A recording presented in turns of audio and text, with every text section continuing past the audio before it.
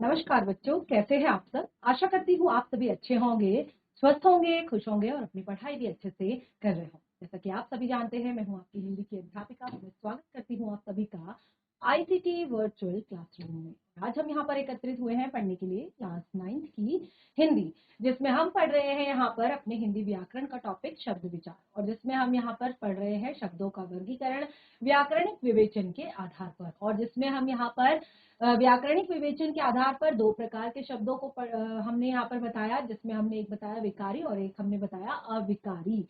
तो अभी हम यहाँ पर पढ़ रहे हैं अविकारी शब्दों को, जिसमें हमने अपने काफी सारे जो पॉइंट्स हैं वो क्लियर कर लिए थे लास्ट सेशन तक। जैसे सबसे पहले हमने यहाँ पर अव्यय या अविकारी शब्द पहले तो कहते किसे हैं वो हमने यहाँ पर क्लियर कर लिया था। अव्यय का अर्थ होता है जो व्यय ना हो, जो खर्च ना हो, जिसमें कोई परिवर्तन ना आए, जिसमें कोई विकार ना आए। किसके आधार पर? लिंग के आधार पर, वचन के आधार पर, कर्ता के आधार पर, कारक के आधार पर, काल के आधार पर, पुरुष के आधार पर, इतनी सारी चीजें, ठीक है ना, ये नहीं बदलते हैं। यानी कि ये किसी भी परिस्थिति में नहीं बदलते हैं, चाहे वहां पर वचन बदल जाए, चाहे वहां पर लिंग बदल जाए, चाहे वहां पर काल बदल जाए, चाहे वहां पर पुरुष बदल जाए, चाहे वहां पर कारक बदल जाए, ये किसी भी परिस्थिति में चेंज नहीं होते हैं और अपने एक ही रूप में सदैव बने रहते हैं। इसीलिए इन्हें अविकारी यानी कि अपरिवर्तनशील कहा है, ठीक है ना। तो इस तरह से हमने यहाँ पर देखा अव्यय शब्दों को अव्यय या अविकारी कहते हैं। जैसे कि कुछ एग्जाम्पल्स यहाँ पर दिए, तो एग्जाम्पल्स तो ये कुछ ही हैं, लेकिन ढेर सारे एग्जाम्पल हम पढ़ रहे हैं इसके भेदों के द्वारा, यानी कि प्रकार के द्वारा कि अविकारी शब्द भी कितने प्रकार के होते हैं।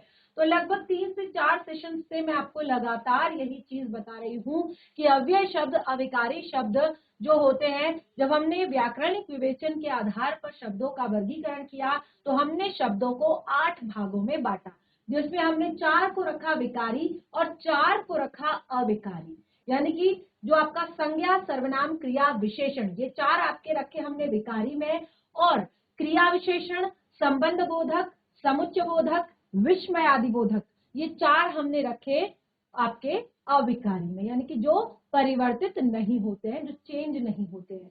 जिसमें हमने अपना पहला टॉपिक क्रिया विशेषण जो है बहुत अच्छे से यहाँ पर पढ़ा, और इसके भी जो हमने 4 भेद थे उनको बिल्कुल डिटेल में यहाँ पर पढ़ा। क्रिया विशेषण किसे कहते हैं? तो क्रिया का अर्थ होता है काम करना या होना, और विशेषण का अर्थ होता है विशेषता बताने वाला, यानी कि जो क्रिया की विशेषता को बताएगा वो क्रिया विशेषण।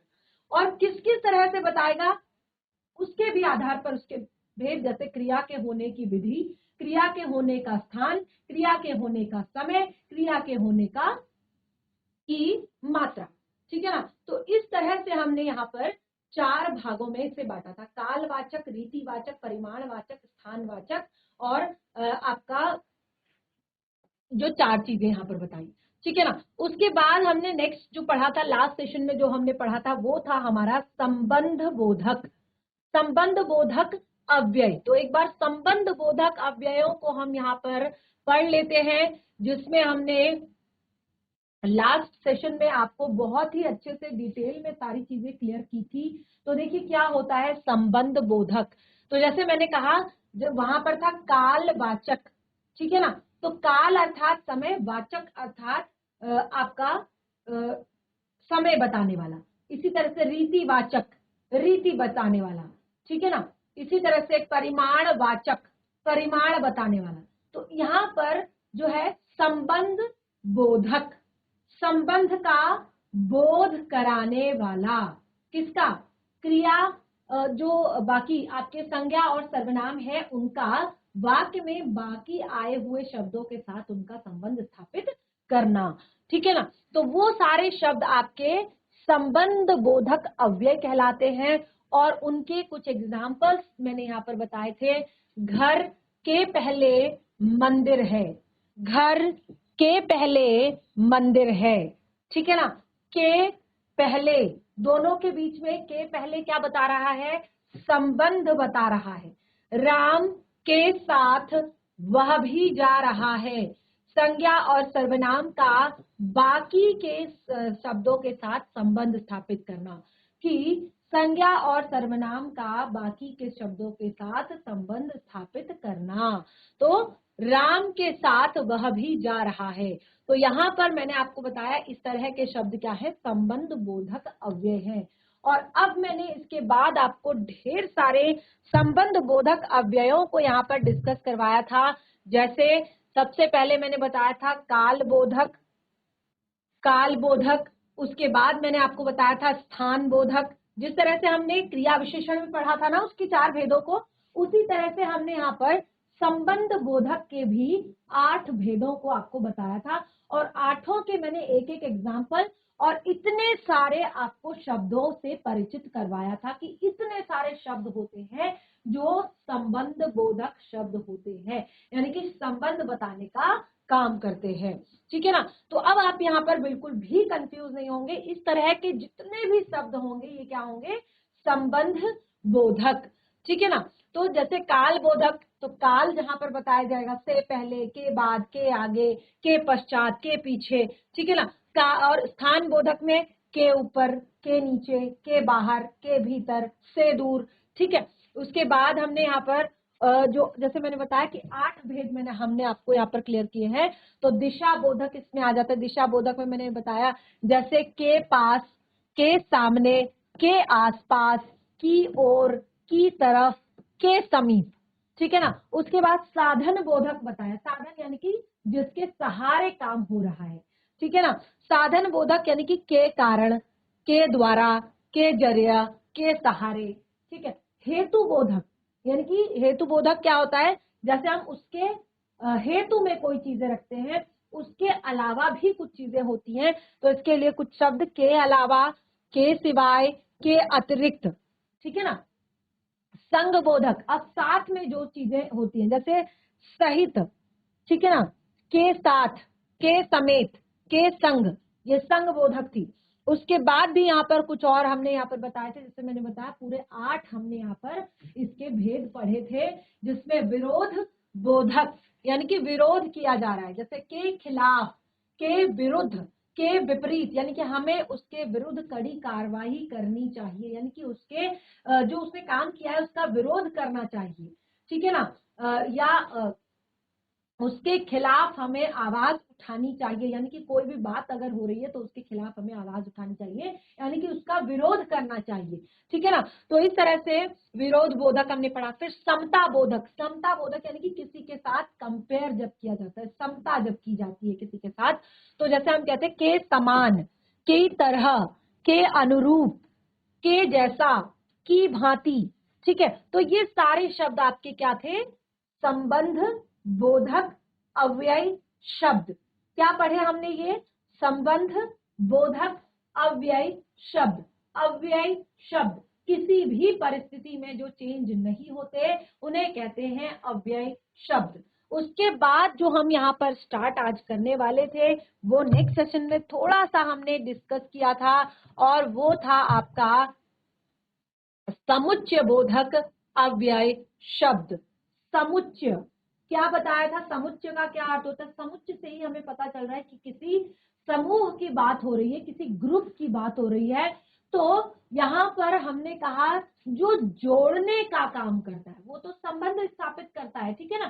संबंध बोधक क्या करता है, संबंध स्थापित करता है, लेकिन ये क्या करता है, दो पदों, पद यानी कि आपस में दो शब्दों, पदबंधों यानी कि अलग अलग पदों का जो समूह होता है। ठीक है ना। या उपवाक्यों, जैसे एक उपवाक्य कंप्लीट हुआ और दूसरा उपवाक्य, फिर बीच में ये क्या करता है, जॉइंट का काम करता है, उनको जोड़ने का काम करता है, समुच्चय बनाता है, समूह बनाता है, ग्रुप बनाता है चीजों का, इसीलिए इसको कहा है समुच्चय बोधक। तो बिल्कुल भी रटने की या कंफ्यूज होने की आपको जरूरत नहीं है, समझना है थोड़ा सा।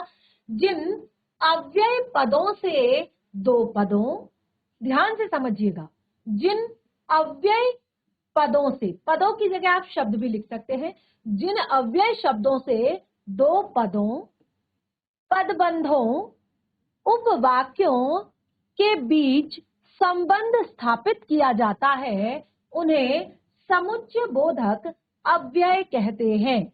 उन्हें समुच्चय बोधक अव्यय कहते हैं। और एक और यहाँ पर आपको चीज बताई गई है कि इन्हें ही योजक पद भी कहा जाता है। क्यों कहा जाता है इन्हें योजक पद? क्योंकि जैसे मैंने क्या कहा, ये जोड़ने का काम करते हैं, पदों को, पदबंधों को, उपवाक्यों को जोड़ने का काम करते हैं, इसीलिए इन्हें क्या कहा जाता है, योजक पद कहा जाता है। जैसे सीता और गीता, सीता और गीता पढ़ रही हैं। अब ये क्या जोड़ रहा है यहाँ पर, आप मुझे बताएंगे जरा, क्या जोड़ रहा है यहाँ पर, किसे जोड़ रहा है, दो पदों को, दो शब्दों को जोड़ रहा है। क्या, आपका ये जो योजक शब्द है, कैसे, सीता और गीता, सीता और गीता पढ़ रही हैं, ठीक है ना, दो पदों को जोड़ने का काम ये कर रहा है। उसके बाद मैं भागकर गया, मैं भागकर गया फिर भी गाड़ी निकल गई, मैं भागकर गया फिर भी गाड़ी निकल गई, ठीक है ना। दो उपवाक्यों को आपस में जोड़ने का काम कर रहा है, जो दो पदबंधों को आपस में जोड़ने का काम कर रहा है। मैं भाग कर गया, मैं भाग कर गया और फिर भी गाड़ी निकल गई, ठीक है ना। यहाँ पर यहाँ और फिर भी, ठीक है, यहाँ पर जो है और फिर भी, ये दोनों क्या है, समुच्चय बोधक अव्यय पद है। क्या है, समुच्चय बोधक अव्यय पद है। जैसे और भी बहुत सारे एग्जाम्पल लिख सकते हैं, जैसे यश पढ़ रहा है, यश पढ़ रहा है तथा नेहा नाच रही है। यश पढ़ रहा है तथा नेहा नाच रही है। तथा जो आपका शब्द है, ये क्या है, आपका योजक शब्द है। क्या है, योजक शब्द है।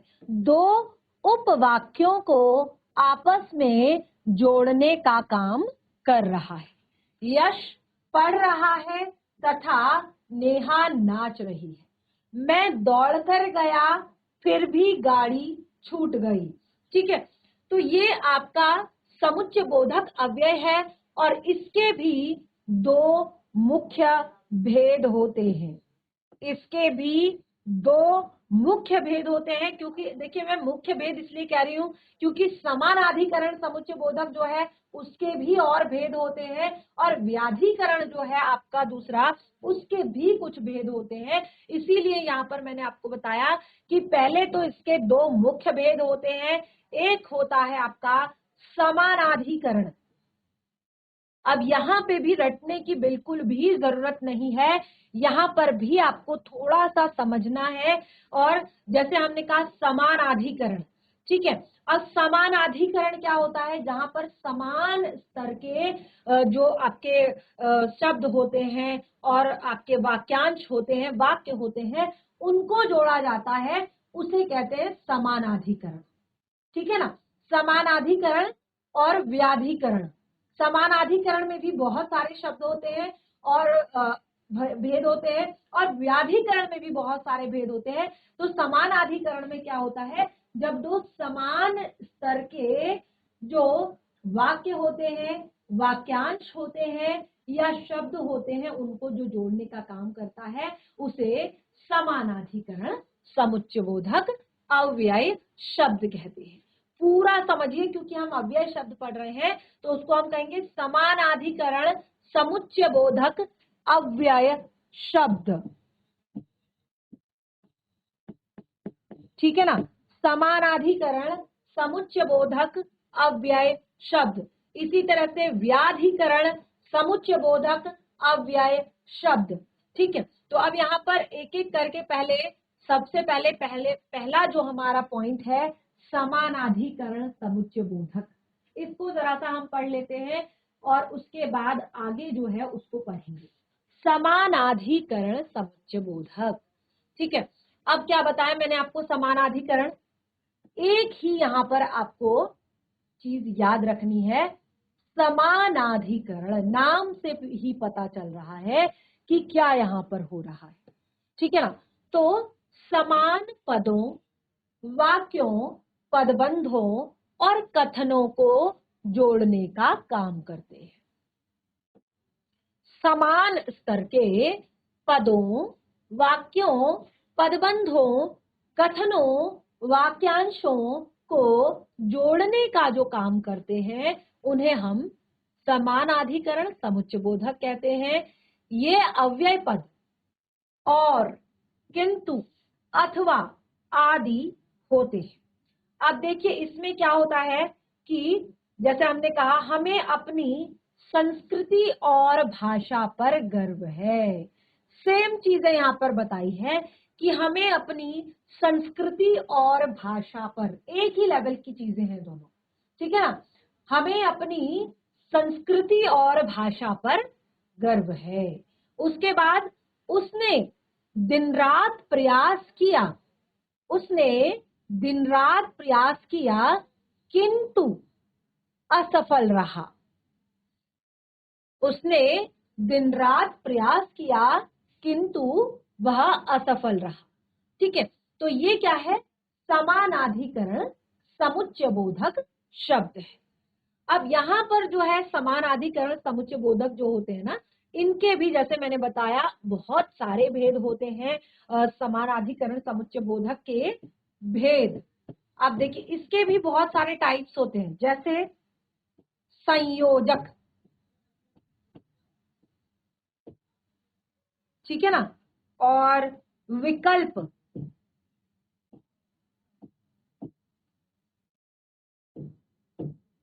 और आपका विरोधवाचक,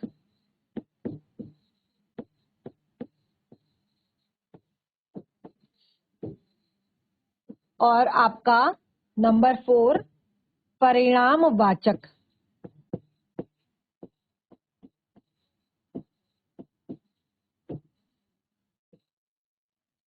यानी कि जो आपका समानाधिकरण समुच्चय बोधक है इसके भी 4 भेद होते हैं। कौन कौन से 4 भेद होते हैं एक बार देखिए, संयोजक, दूसरा है विकल्पक, तीसरा है विरोधवाचक, चौथा है परिणामवाचक। यानी कि इनके जो एग्जाम्पल होंगे जैसे और, किंतु, तथा, इसलिए, ठीक है ना, ये इनके एग्जाम्पल होंगे। तो इनको हम एक बार देख लेते हैं, समझ लेते हैं, बिल्कुल आप लोग नोट करिएगा और मैं आशा करती हूँ कि ये भी आप सभी नोट कर रहे होंगे। तो यहां से इसको शुरू करते हैं, समानाधिकरण, ठीक है, इसको पूरा लिख लीजिए ताकि कंफ्यूजन ना हो, ठीक है ना। समानाधिकरण समुच्चय बोधक के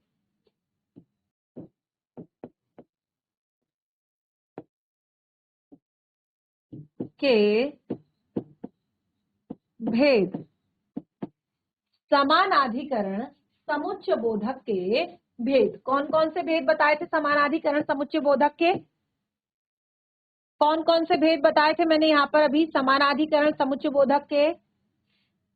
नंबर 1 यहाँ पर बताया मैंने संयोजक। संयोजक क्या होता है, संयोजक किसे कहते हैं, संयोजक ध्यान से समझिएगा। ये शब्द जो वाक्यों तथा वाक्यांशों को, वे शब्द जो वाक्यांशों, सीधे लिख देंगे, अथवा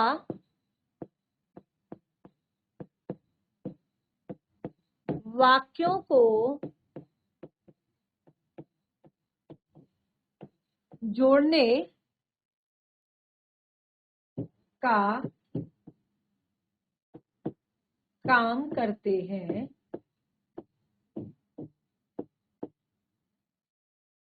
संयोजक कहलाते हैं।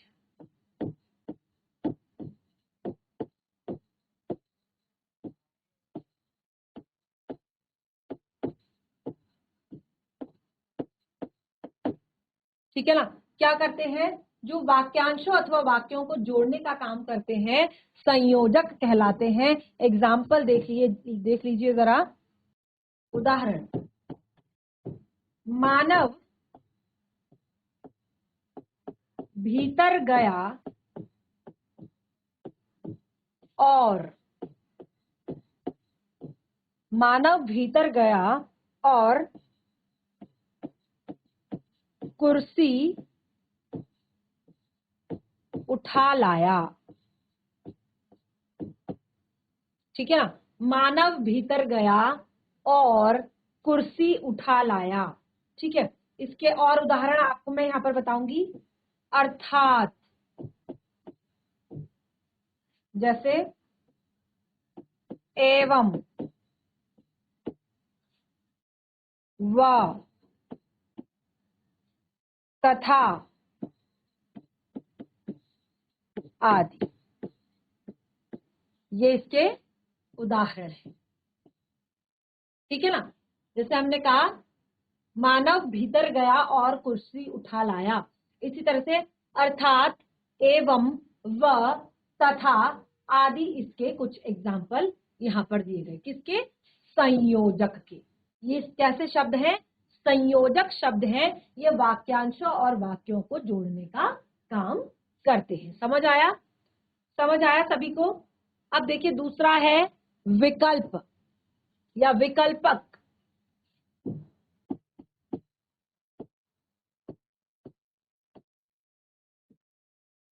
विकल्पक यानी कि जो आपको ऑप्शन देता है। ठीक है ना, जो आपको विकल्प देता है कि ये करो या ये करो। ठीक है, क्या होता है विकल्पक? वे शब्द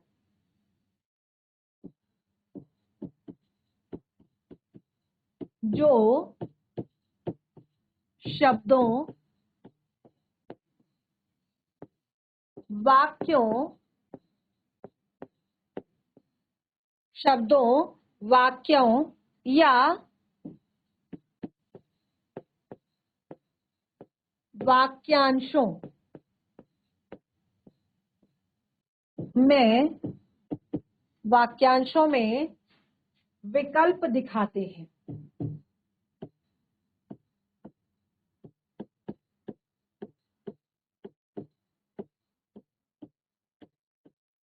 यानी कि आपको ऑप्शन मिलेगा। ठीक है ना, विकल्पक कहलाते हैं।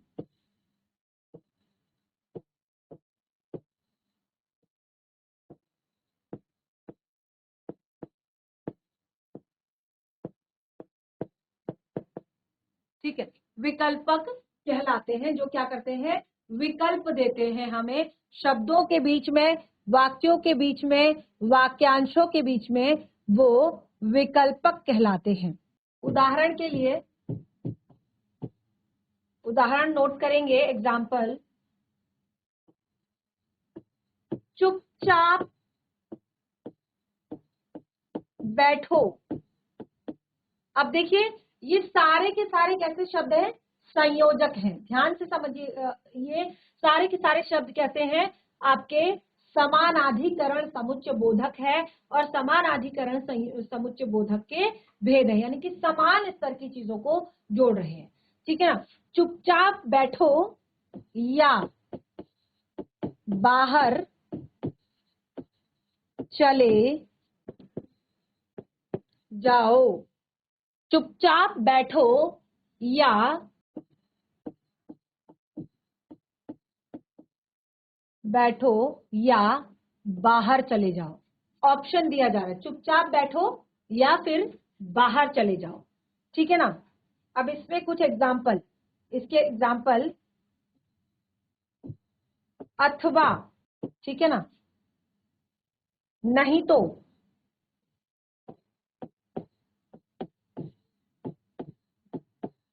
आदि। कहते हैं ना चुपचाप बैठो नहीं तो बाहर चले जाओ, ठीक है ना। तो ये क्या था, विकल्पक। अब नंबर 3 हम यहां पर देखेंगे, वो है आपका विरोधवाचक, ठीक है ना। नंबर 3 क्या है, विरोधवाचक। इसको जरा समझ लीजिए और इसके साथ के जो एग्जाम्पल्स हैं उनको भी नोट करते जाइए। विरोधवाचक नंबर 3,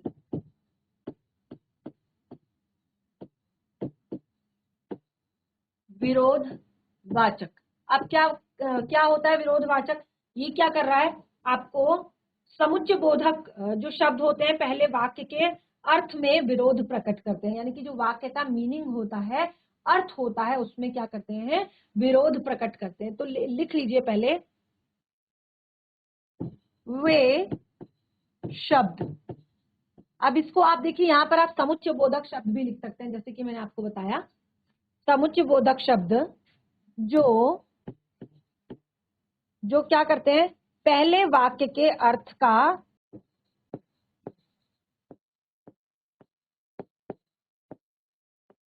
के का विरोध प्रकट करते हैं।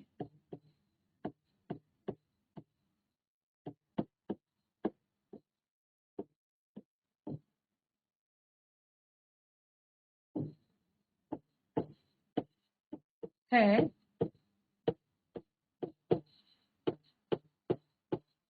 विरोधवाचक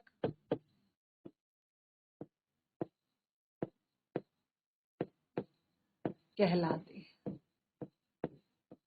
क्या कहलाते हैं, विरोधवाचक कहलाते हैं। अब देखिए कैसे, यहां पर आप एग्जाम्पल समझ लीजिए।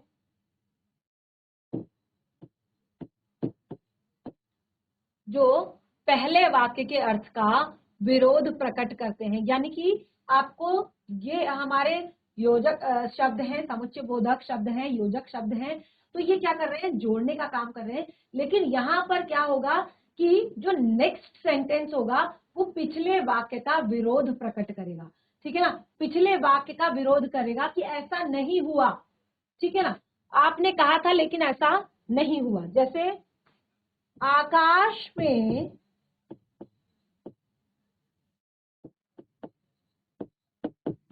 बादल छाए हैं, आकाश में बादल छाए हैं, लेकिन वर्षा नहीं हो रही।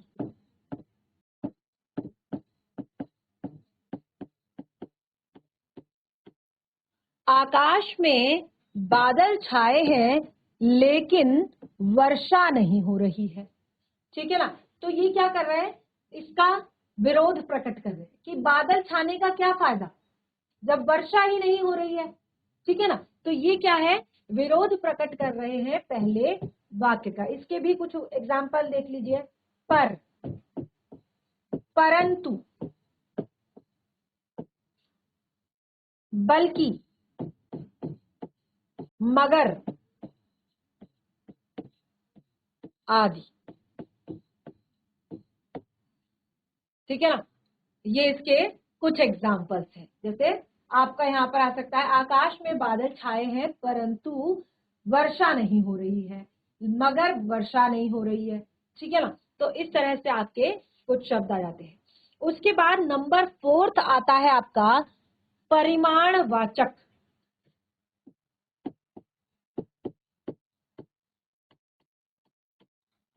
परिमाणवाचक, परिमाण यानी कि जो आपको मात्रा बताए, परिमाण बताए, ठीक है ना। तो वे शब्द जो वाक्य के परिणाम की ओर संकेत करते हैं, वे शब्द जो वाक्य के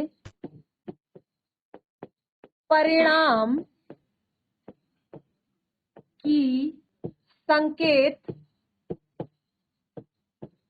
करते हैं, परिमाणवाचक कहलाते हैं, ठीक है ना। तो ये हम लिखेंगे। अब एग्जाम्पल देख लीजिए फटाफट। जल्दी चलो, जल्दी चलो, नहीं तो, जल्दी चलो नहीं तो देर हो जाएगी, जल्दी चलो नहीं तो देर हो जाएगी। यानी कि ये क्या बता रहा है हमें, परिणाम बता रहा है कि जल्दी चलो नहीं तो देर हो जाएगी। ठीक है, तो ऐसे शब्द अन्यथा, ठीक है ना, इसलिए,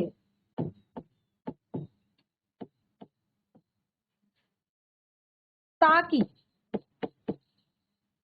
आदि, ये सारे शब्द, जैसे हम इसको ऐसे भी लिख सकते हैं, जल्दी चलो ताकि देर ना हो जाए, जल्दी चलो ताकि गाड़ी ना छूटे।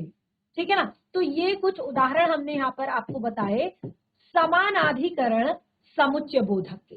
तो अब मैं आशा करती हूं कि आपको समानाधिकरण समुच्चय बोधक जो हमारा टॉपिक है ये अच्छे से समझ में आया होगा। और देखिए घर पर इसको एक बार अच्छे से रिवाइज करें, क्योंकि बहुत जल्दी से समझ में नहीं आता है और आगे भी बच्चे इसमें कंफ्यूज रहते हैं। तो बहुत ज्यादा जल्दी नहीं है, आज इसको घर पर अच्छे से पढ़ें, समझें। कोई भी डाउट आपको लगता है तो उसको नेक्स्ट सेशन में जरूर क्लियर करें। उसी के बाद हम टॉपिक को आगे कंटिन्यू करेंगे, जो कि इसी का अगला पार्ट है, व्याधिकरण समुच्चय बोधक अव्यय शब्द। तो इस तरह से हमारा आज का सेशन जो है वो यहीं पे समाप्त होता है। हम मिलेंगे हमारे नेक्स्ट सेशन में, तब तक के लिए धन्यवाद। आपका दिन शुभ।